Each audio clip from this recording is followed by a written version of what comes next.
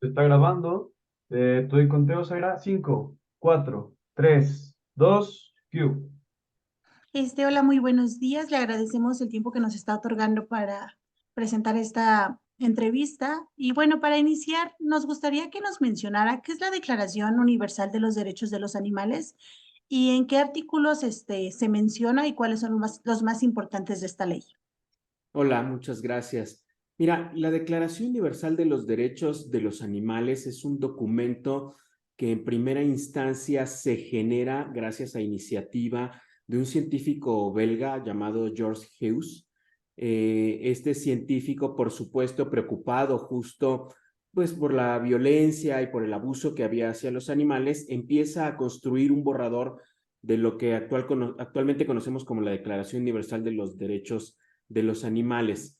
Sin embargo, a pesar de que este borrador empezó a sociabilizarse entre los cercanos a este científico, no es hasta que se crea la Liga Internacional de los Derechos de los Animales que empieza a dársele mucho más fuerza a este documento. Inclusive hacen una primera presentación pública del documento en enero del 78 en la Universidad de Bruselas, a la cual acuden pues estudiantes y algunas personalidades de la ciencia y de la política, como algunos representantes de la UNESCO, y por eso es que muchas veces pensamos que la UNESCO se ha suscrito a esta Declaración Universal de los Derechos de los Animales, pero que sin embargo solamente acudieron a esta primera presentación pública. Es hasta posteriormente en donde en la gran sala de la Casa de la UNESCO en París, ante embajadores de 14 países, se hace la presentación oficial y se entrega esta declaración al director general de la UNESCO. Sin embargo, la UNESCO nunca llegó a adherirse a ella o a firmarla, o a considerarla, digamos, como un documento oficial para ellos. Simplemente se les fue entregada en una presentación oficial, por supuesto, en París. Y esta declaración consta de 14 artículos diferentes, por supuesto. De todos ellos están alrededor con respecto al cuidado, la protección de los animales. Los más importantes hablan con respecto a la igualdad y a los derechos de vida y de existencia que tienen pues todos los animales, por supuesto, al derecho al respeto, al no maltrato, al no ser tratados cruelmente, al recibir nutrición y alimentación adecuada y en casos necesarios, muerte sin sufrimiento, a poder vivir en libertad y con los comportamientos propios de cada uno de los animales. En el caso de los animales que trabajan, por ejemplo, a tener jornadas de trabajo e intensidades de trabajos razonables, además de derecho al descanso reparador de ese trabajo, y que si vemos en general los 14 articulados que hablan inclusive pues de animales bajo condiciones de experimentación, de animales bajo condiciones de producción de proteína de origen animal, animales bajo condiciones de entretenimiento, pues todos ellos van alrededor de brindar un marco que permita, por supuesto, construir pues sus condiciones de cuidado y de protección en general a todos ellos. Sí, bueno, algo que usted nos menciona muy importante es de que estos derechos se implementaron para evitar la violencia y la crueldad que vivían por parte del ser humano y por otros aspectos los animales. ¿Nos puede mencionar más concretamente algunos de estos motivos por los que se decidieron implementar? O sea, ya sea por caza, ya sea por violencia, ya sea por... Sí, en términos generales, el abuso principalmente se refleja o se evidencia más bien en cuestiones que tienen que ver con experimentación que se hace con animales y con producción de proteína de origen animal, además de animales de trabajo, ¿no? Donde se ve que a los animales se les somete a jornadas de trabajo o jornadas de producción o condiciones de producción y de vida, tanto en las granjas como en los laboratorios de experimentación, que les generan malestar y sufrimiento. Por supuesto, estas condiciones llaman la atención de algunos seres humanos que se preocupan por otros seres animales y entonces se evidencia que hay padecimiento de dolor y de sufrimiento, lo cual hace que se construyan no solamente la Declaración de los Derechos de los Animales, sino leyes en los diversos estados, entendiendo estados como en los diversos países, por supuesto, que empiezan a generar o a construir una regulación sobre el trato que deberían de estar recibiendo los demás animales. Bueno, ya retomando algo muy importante que igual nos menciona usted y que realmente creo que, como usted nos dice, se han implementado leyes en varios estados. ¿Nos puede mencionar algunas de ellas?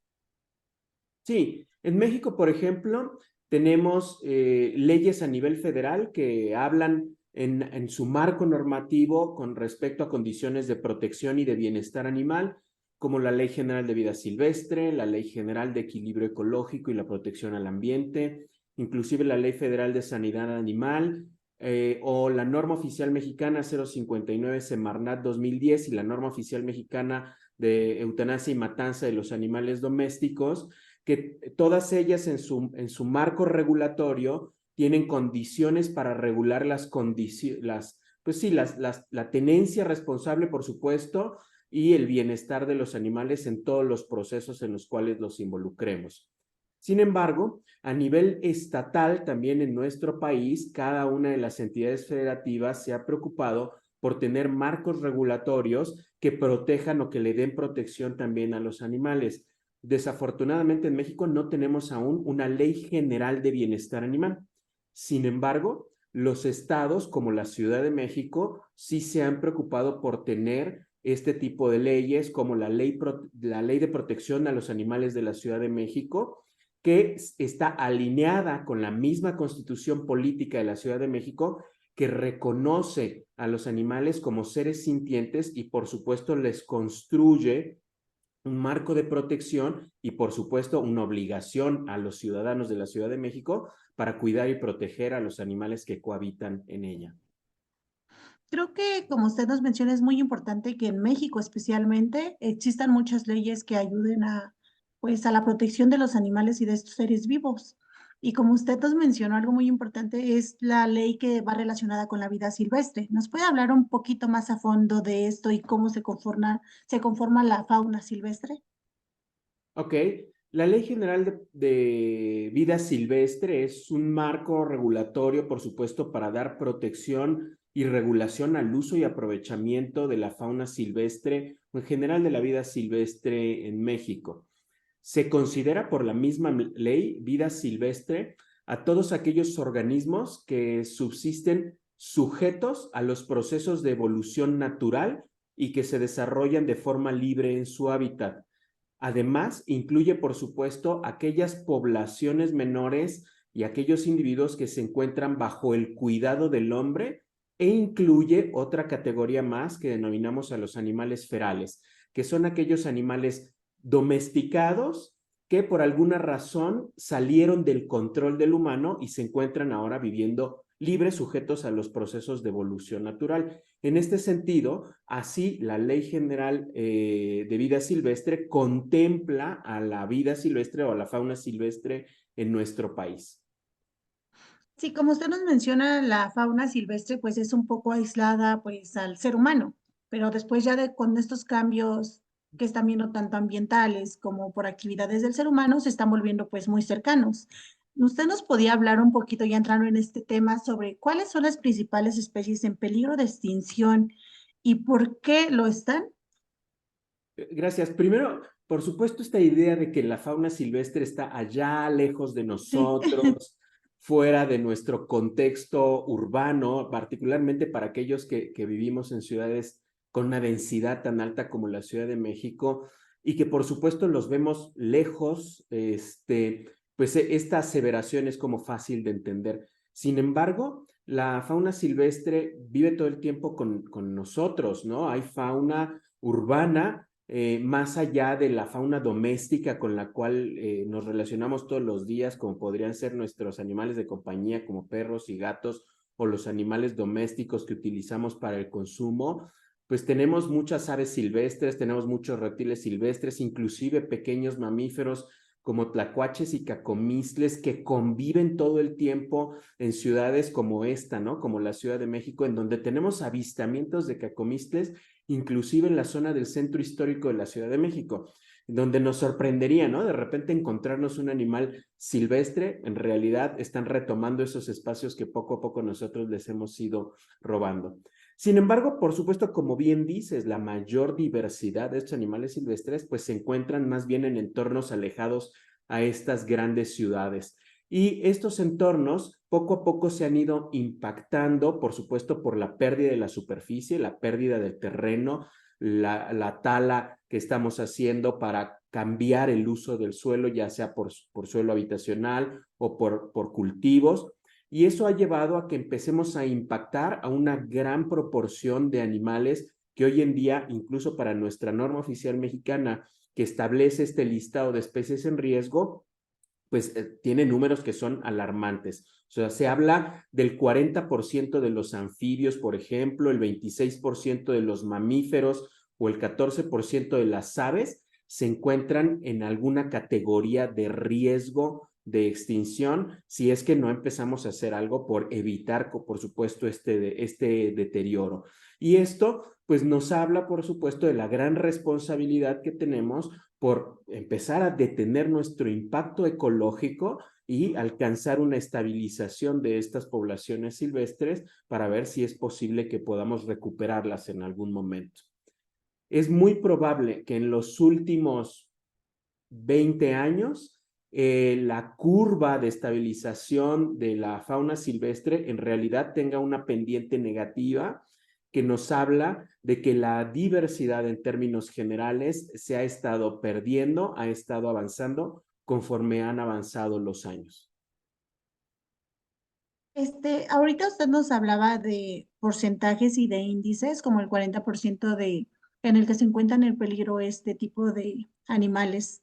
¿Y nos puede mencionar cuáles son algunas de las amenazas o algunas de las causas que ha aumentado este índice? Claro. Mira, a veces vale la pena poner algunos ejemplos muy particulares, ¿no? Y a mí uno de los ejemplos que me parece más claros, no quise decir favoritos porque implicaría que fuera de mi agrado y en realidad es de mi desagrado, es el ajolote de Xochimilco. El ajolote de Xochimilco es una especie que se encuentra en grave peligro. Y se encuentra en grave peligro, en primera, porque el hábitat natural de su distribución histórica nos lo hemos ido acabando. Hemos ido rellenando, por supuesto, los cuerpos de agua en la cuenca del Valle de México para seguir construyendo y ampliando nuestra ciudad. Y los pocos remanentes que quedan de estos lagos de Xochimilco en realidad tienen un punto de contaminación muy alto o inclusive una introducción de especies exóticas que depredan a los ajolotes de Xochimilco.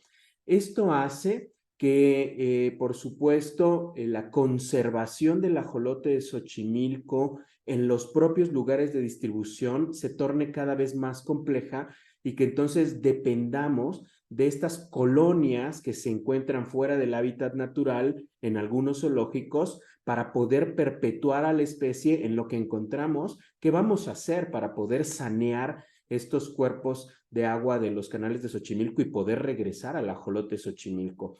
¿Cuáles son estos factores? Pues el crecimiento de la mancha urbana que ocupa espacio, pero que no solamente ocupa espacio, que los desechos que se producen simplemente por la actividad del humano van a parar directamente a esos cuerpos de agua. Los animales que traemos, que vienen de otros lugares, que no son nativos, que nos acompañan y que liberamos esos cuerpos de agua, como tortugas que no son nativas de la cuenca del Valle de México, pero que la gente fácilmente ya se quiere deshacer su tortuga, va y la suelta en el canal de Xochimilco, o un pececito que ya no cabe en la pecera porque es muy grande, van y lo sueltan al canal de Xochimilco y que se adaptan muy bien, que terminan depredando a los renacuajos del ajolote de Xochimilco y que entonces, pues al final todo está asociado, si lo vemos así, al crecimiento de la población humana. Entonces, mientras más personas hayamos, mientras más personas seamos y requiramos, por supuesto, muchos más servicios, más condiciones de vivienda, más agua, más espacio, más recursos de alimentación, pues más impacto vamos a tener en ese medio ambiente. Entonces es importante empezar a hacer una conciencia de familias pequeñas para empezar a regular este crecimiento de la población humana que al final está impactando a todos los otros seres vivientes que ocupan el planeta con nosotros. Sí, sin duda alguna, como usted nos ha mencionado a lo largo de esta entrevista, existen muchos casos que han generado pues daños tanto a los animales domésticos como a los animales silvestres y pues creo que como seres humanos, como usted lo menciona, necesitamos pues implementar nuevas formas que ayuden a controlar estos actos y estas acciones que hacen daño.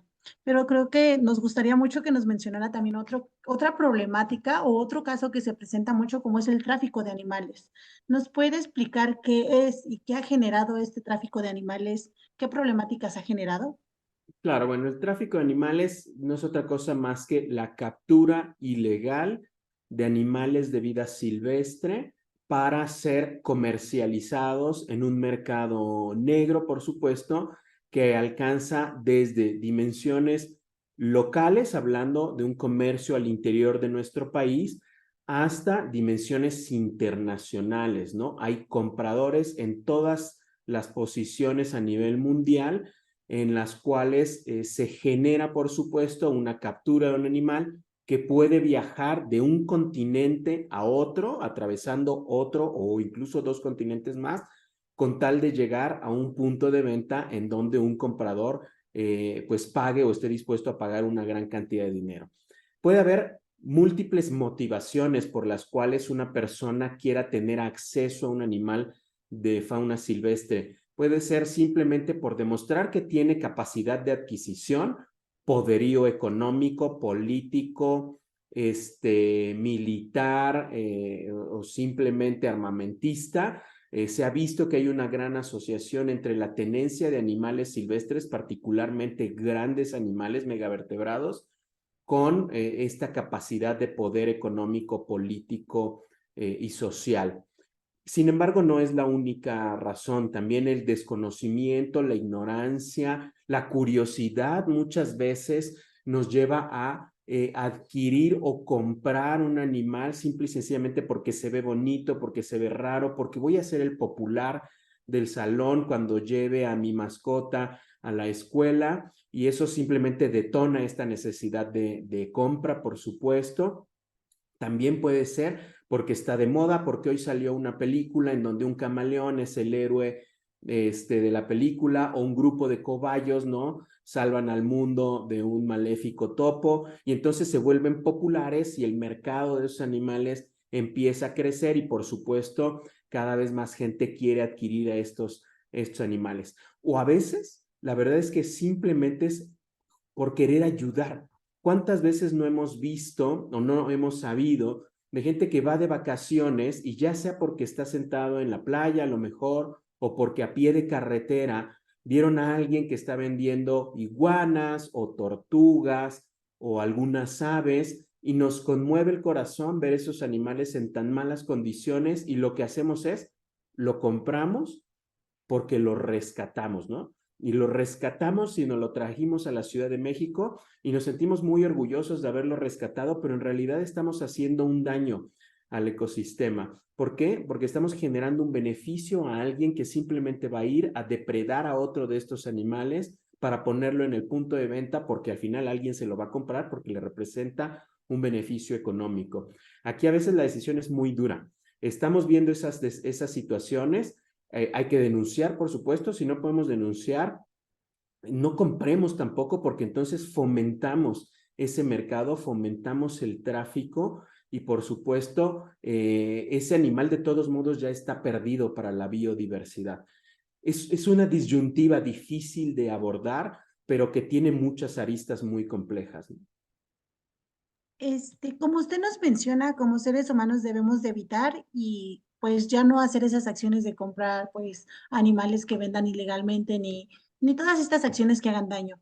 Para concluir, ¿usted qué mensaje les daría a los seres humanos para salvar a otros seres vivos, para ya no hacerles tanto daño? ¿Qué medidas pueden implementar si ellos quieren adoptar un animal, como por ejemplo un ajolote, que se han implementado nuevas formas? ¿Qué medidas qué medidas usted les propone y qué mensaje les daría para, pues, cuidar esta vida tanto silvestre de los animales como doméstica? Claro. Bueno, de primera instancia es hacernos conscientes del impacto que tiene nuestra vida ya por el simple hecho de existir. El simple hecho de existir, nuestra vida ya le genera un impacto a la naturaleza. Una vez que tú te haces consciente de ello, entonces puedes, por supuesto, empezar a tomar acciones que te lleven a la racionalidad, al consumo racional de recursos, porque los recursos son para todos, humanos y no humanos. Si yo cuido el agua, voy a cuidar el agua para mí, para mi familia, para el resto de los humanos, pero también para el resto de seres vivientes que dependen del soporte vital que le da el agua. Entonces, empezar a hacernos conscientes del impacto ecológico que tenemos y por lo tanto de lo importante de tener consumos racionales de todos mis satisfactores es un punto muy importante. 2, empezar a generar conciencia, por supuesto, de que la densidad de población humana continúa creciendo, empieza a generar muchos más recursos para satisfacer esas necesidades. Por lo tanto, hay que hacer conciencia de tener familias pequeñas. Las familias pequeñas viven mejor, los recursos se distribuyen mejor en una familia pequeña y vamos a ayudar, por supuesto, a controlar esta tasa de crecimiento acelerada que tenemos en la población humana. Y 3, tener empatía por el otro, aunque ese otro no tenga una forma humana. El otro no humano también siente dolor, también siente hambre, también siente frío, también sufre. Cuando sentimos nosotros esa empatía, entonces nos reflejamos en el otro y puedo tomar acciones para ayudar al otro. Si está en mis manos adoptar a un animal callejero, por ejemplo, a un perro, a un gato que esté en situación de calle y poderlo ayudar a tener una mejor vida, entonces, pues debería yo de poder ayudar a esos seres a tener una mejor vida. Debería yo de no maltratar a los demás seres. No tengo por qué violentar a cualquier otro ser que pueda ser violentado en este mundo si no me ha hecho absolutamente nada. Inclusive, parte de mi responsabilidad es procurarles su bienestar y protegerlos. Entonces, hay que empezar a hacer conciencia con nuestros niños, con nuestros jóvenes, de no violentar a los animales. Aquel que violenta animales es violento con personas también. Y no quiere decir que no debemos de violentar a los animales para no ser violentos con las personas. No tendríamos que ser violentos bajo ninguna condición.